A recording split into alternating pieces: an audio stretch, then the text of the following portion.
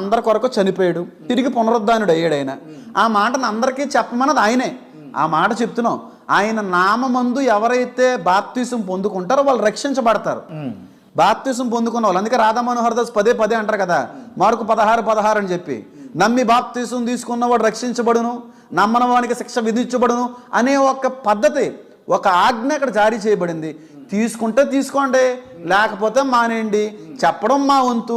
బలవంతంగా ఎక్కడ బాప్తీసులు ఇచ్చినట్టుగా ఎక్కడ ఆధారం ఉందా? ఓకే, ఏ పాస్టర్ గారైనా బలవంతంగా ఇస్తున్నారా? నేను ఇందాక మాట్లాడుతూ క్లియర్గా చెప్పడం జరిగింది, సిగ్గు లేకుండా మత ప్రచారం చేస్తూ ఉంటారు కొంతమంది క్రైస్తవులు అని చెప్పేసి అన్న కదా. అవునన్నా, ఏకీభవిస్తారా ఏకీభవించరా? సార్ మాకు సిగ్గు అవమానం అనేది అన్ని చంపేసుకున్నాం సార్. దేవుడు మాకు ఇచ్చిన ఆ బాధ్యతను జరిగించాలనే ఏకైక ఆలోచన ఆశ తప్ప సిగ్గులు అవమానాలు ఏమున్నాయి సార్? నిజంగా ఇవి ఉంటాయి, గౌరవం పౌరుషాలు ఇవన్నీ ఉండుంటాయి సార్.